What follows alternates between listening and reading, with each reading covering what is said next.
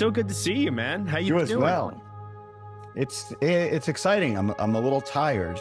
Yeah, But I'm good. you're hustling just like the old days. You know, I Oh my love God. seeing Oh, you at the it movie theater, shifted man. again. I'm sorry. There we go.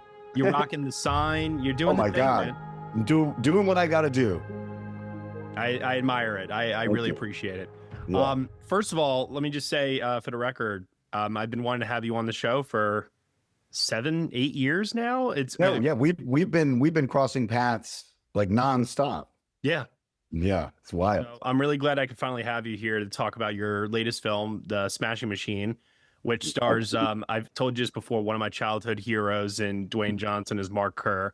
A dramatic role for him, the likes of which we've never seen him do in his career up until this point, even though it involves elements that we have seen him do, whether it's the physicality, obviously the intense dedication that he brings and commitment to to his roles. So I'm curious to know, I'm going to get to DJ in just a second here, but starting with Mark himself, there are a Yes. lot of stories that you could tell about UFC, MMA, this world in general of mixed martial arts, fighting, if you will. For sure. Why was his story the one that you latched on to? Was it because you saw the documentary, or was it something else? Well, yeah, I saw the documentary. See, I'm like such a stickler. I look fine, but maybe it's like the back of me does. You're fine, man. Okay. So what happened was so when DJ came, he said he was really interested in Mark Kerr, and he said, watch this documentary. And I watched the documentary, but the thing that really kind of struck me was just Mark as a person. And I just felt very deeply connected to him in a way that I saw myself in him in a lot of ways. And it's complicated because it's like, you wouldn't normally look at me and think that, but like there was something about what he's going through emotionally, that he has so much going on the inside. And at the same time, he comes out and he presents a specific way. It's like if you have some kind of wound and you don't want other people to see it, and you kind of pretend that, and you're out there and you're presenting. Meanwhile, that struggle is always there, and nobody knows about it. And it's just something that you have to go through the world with. And I could tell that there was something similar to DJ in the sense that like he had a lot of stuff happen in his life and he's never really spoken about it, and what that does, to somebody is it can wear you down. Mm-hmm. And Mark as a person is also just such a kind of beautiful contradiction. You have this guy who's so strong and yet doesn't want to be imposing, tries so hard to be kind of unseen, even though he's the biggest person in the room. And for me, this idea of somebody who you imagine to be invincible, is actually somebody who has a lot of interior struggle, and I felt that just I could learn a lot about myself by being in Mark's brain. Mm-hmm. And so what I did was I set out to do that with the movie. I set out to put you right there with him in the moments that he lives in. Mm-hmm. And basically just like, I don't want to tip the scales too much, but I want you to kind of see the world through his eyes and eventually see what he's struggling with, and then also come to terms with yourself. Right. So you're watching a man come to terms with who he is, and the pressure is gone, and there's this relief that he feels. And I find that so beautiful. And it really is just like, it's also like when I saw Mark, I just instantly connected with him. And then when I got to talk to him, his process of recovery was very interesting to me, that somebody could go through all of that and still be as happy and positive as he is, in addition to that was another thing I related to. But here again, it's like, here's a guy who I shouldn't have anything in common with, but I have so much in common with.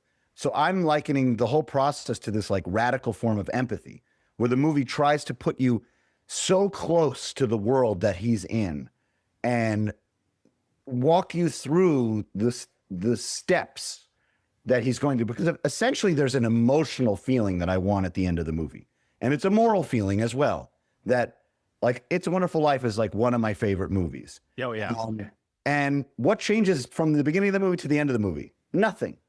His perspective on life changes. And I thought, that's really interesting. How do I show that?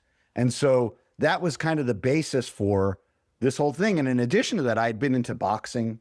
So I'd done boxing. And there's a real weird, strange connection you have to somebody who's punching you in the face. Yeah. You know, you feel very alive. You become friends with everybody because you're all doing the same thing. You're all struggling in the same way. You get to know them. And then when you see them in the ring, you root harder for them and you cry harder for them. So again, I also saw this other side of the sport that was very loving and supportive of one another.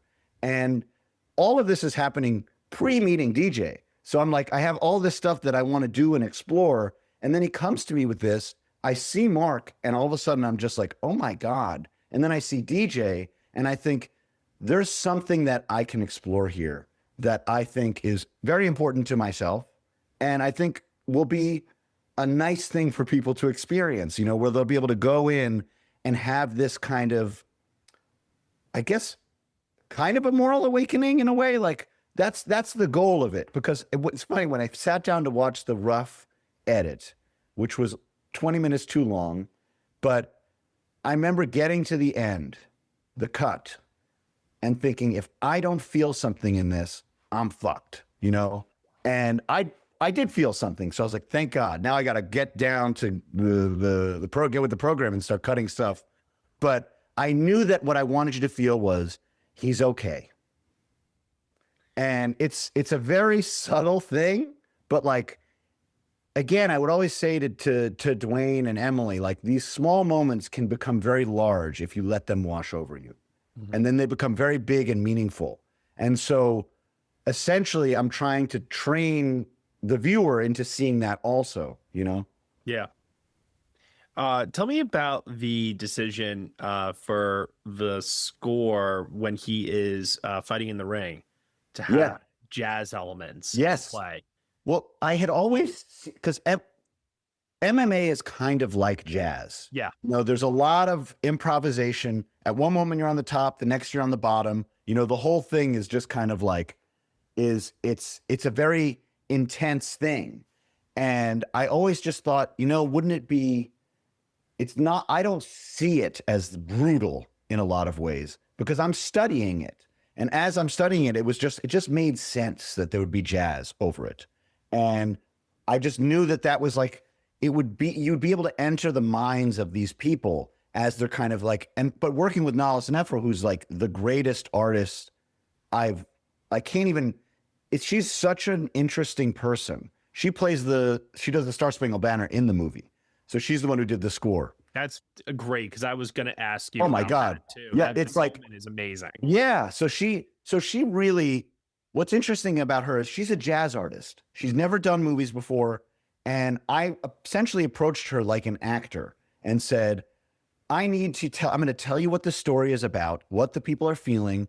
And she got all of these incredible musicians together. And I was in London for a week with them, and they just played music that fit the beats and emotions that I was talking about. And she herself connected to Mark Kerr. So she's getting inside his head and is making this kind of like psychoanalytical music to what he's going through.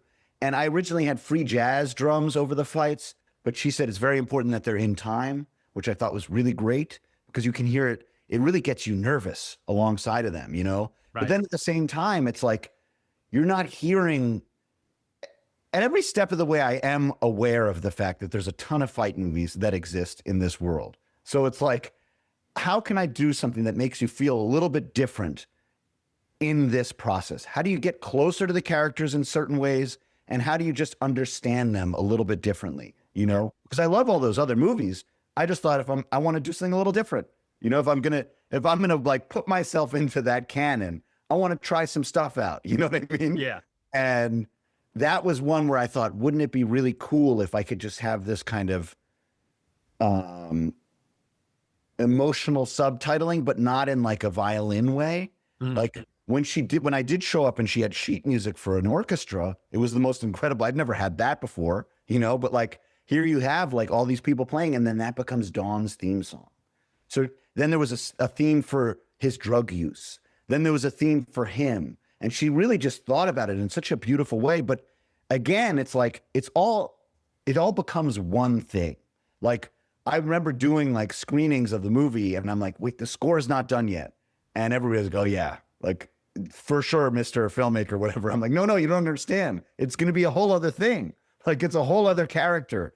But I didn't want it to, I wanted it to blend in with it, you know? So like, that was the thing. Spent a long time on the sound mix with Skip, months and months, just getting the punches right, having the music come up, being able to hear every amount of dialogue, but have episodes basically like batons back and forth, back and forth, back and forth all the time. And so again, because there's a lot of like, you don't know that, because also I wanted it to mess with time a little bit while you're watching it, because it's a very strange, it's a time period that feels very close and yet very far away at the same time. So, and I wanted it to feel a little bit like time travel, because I myself, I wanted to go back there. So it was like, so I really wanted you to feel like you were there. And so that meant I changed certain things, you know? Yeah. And I mean, obviously shooting on different film formats and like of the era and such. Oh my God. Yeah. That all makes perfect sense to me.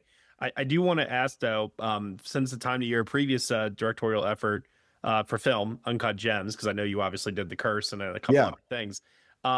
You have worked with some really great filmmakers: Paul Thomas Anderson, Claire Denis, Kelly Fremont Craig, Christopher Nolan. Like, you and I have talked about this. Like, your acting career has been pretty stellar the last kind of insane. Years. Yeah, which I congratulate you on. But I want to know, like, is there like a key piece of knowledge or direction and working with these great artists that you then brought into 100%. Yeah, 100%. It was after, because on Oppenheimer there was just, and I did the DGA conversation with Nolan the other day, which was unbelievable. Yeah, but it was so funny because I said to him, I said, I learned the power of moving on from basically like, on that set, when he says, oh, okay, we got it, we're moving on, it made me feel so like, okay, we're good. You know what I mean? Like, there was an element of that really gave me confidence. And also just like the way that things were set up and the way the set was flowing was really inspiring. And so then I kind of took that onto The Curse a little bit, and then it really like onto the Smash, and I just move on with it, you know? And PTA has this thing where it's so light and fun, and there's this encouraging element where it's kind of like he's joking with you, and like, I don't know if we could do much better than that. That was pretty good. And it's so laid back, but at the same time, you then do 30 takes and it doesn't even feel like anything, because all you're doing is trying to make each other excited, you know? So there's this element of like, but then it's like, and then there's just a lot. With Claire, you learn like, oh, she's like, stand up now, I'm bored. And there's this kind of freedom that she brings that's really awesome. So I'm seeing this as an actor who also directs, and I'm just thinking, well, this is cool. You know, like, there's a lot of things I can do here, because I am obsessed with performance. You know, I love performance and I love realism. And so there's things that I was like, okay, how can I use these to my advantage? Because it helped me get better. So what can I pick and choose and change to way that I'm going to do it? But it'd be like, I feel like I'd be dumb not to be looking and taking notes, you know, just in my head, because it's also just like, they're very inspiring, you know, they're very open people. And when you're performing, it really feels good when you're with them, you know, in a lot of ways. But at the same time, like as an actor, I doing that stuff, I think is important, because it kind of puts me in my place a little bit, where I'm just like, I have to listen to somebody else. And that's necessary. I'm not in charge. I'm going to do what it is that you want. I'm going to try and understand what it is that you need me to do. That helps me understand how to then talk to an actor on my side, you know, because just by the fact that when you finish a take, there's like 20 seconds of death, you know, after you're done, where you're just, everybody waits and there's kind of chatter and all that stuff. And you're like, is it me? Did I do something wrong? All this stuff. But so you have these feelings as an actor sometimes that when that happens, you want to mitigate that. You know, I'm not saying that happened on the sets that I worked on, but it's sometimes like that happens sometimes, and it can be uncomfortable. And you're basically coming out as an actor and saying, this is an idea I have, which is a hard thing to do. Right. And so the one thing that I like to do is I like to just try and create an atmosphere where there's no pressure and no mistakes. You can do anything you want. Mm-hmm. And if something is the wrong direction, it's not, because now we know we're going to, okay, that was great. Let's not yell this time and let's bring it lower, because now that we know that that doesn't work, we're going to try this. Yeah. It's literally always a positive thing moving forward, because I really do believe that that's like how you can get people to do their best work, you know? Yeah, absolutely.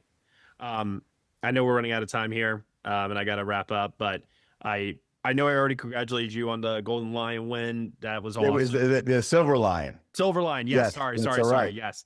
But thank you. Very major clarification. That's not that one. Hey, that like that's exciting. Yeah. But beyond that, though, I want to end it by asking this: you and your brother just unleashed your own films to the world. Yes. His coming to theaters a little bit later, but I was at the world premiere at NYFF the other night, and yours now currently playing in theaters at this time. What does the holidays look like for the two of you, looking back on like now the last couple of years or so, where you could both sigh a little bit and go, all right, yeah, we did it. Awesome. Yeah, exactly. You know, it's like just kind of sit back and relax. Right? Exactly. Are you thinking about the next thing already, or?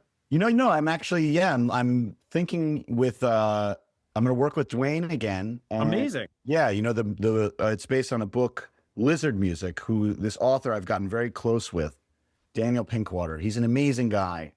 And I like to say it's a movie because there's something about how I felt at the end of Smashing Machine. And I said, I want to do that for kids and families. Mm-hmm. So I want a movie for 6-year-olds to 96-year-olds. And it's about a kid teaming up with this guy and trying to locate an island of sentient lizards who've been broadcasting television to the other side. So it's definitely, it's a wild story, but I love it. I think it's going to be so much fun. And well, I think you've proven that whatever you put your mind to, you're not only going to seek it, but you're going to somehow achieve it, whether it's in front of the camera, behind the camera, different genres. I love that you just said, hey, this is what I want to do. I want to make it for kids, you know? Exactly. Like I see my kids and I'm like, I want to have a conversation with them. You know, it's like they can't see Smashing Machine. I was going to say, which of your films can they say? Yeah. They can see some of Black Balloon. You know, it's like, and actually, no, I could show them Acquaintances of a Lonely John and some of my just like early shorts. That's fair.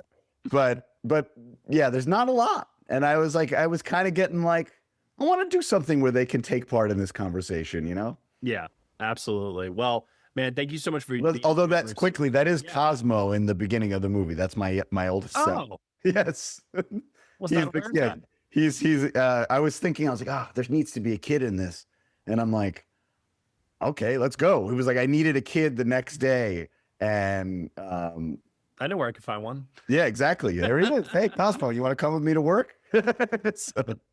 Well, man, I can't thank you enough for your time here. You've always been so generous with me. I know our paths will cross again at some point or another, but I just want to once again congratulate you on Thank you so much. This movie, man. Awesome. I appreciate that, Matt. Great talking. You too. Take care. Bye.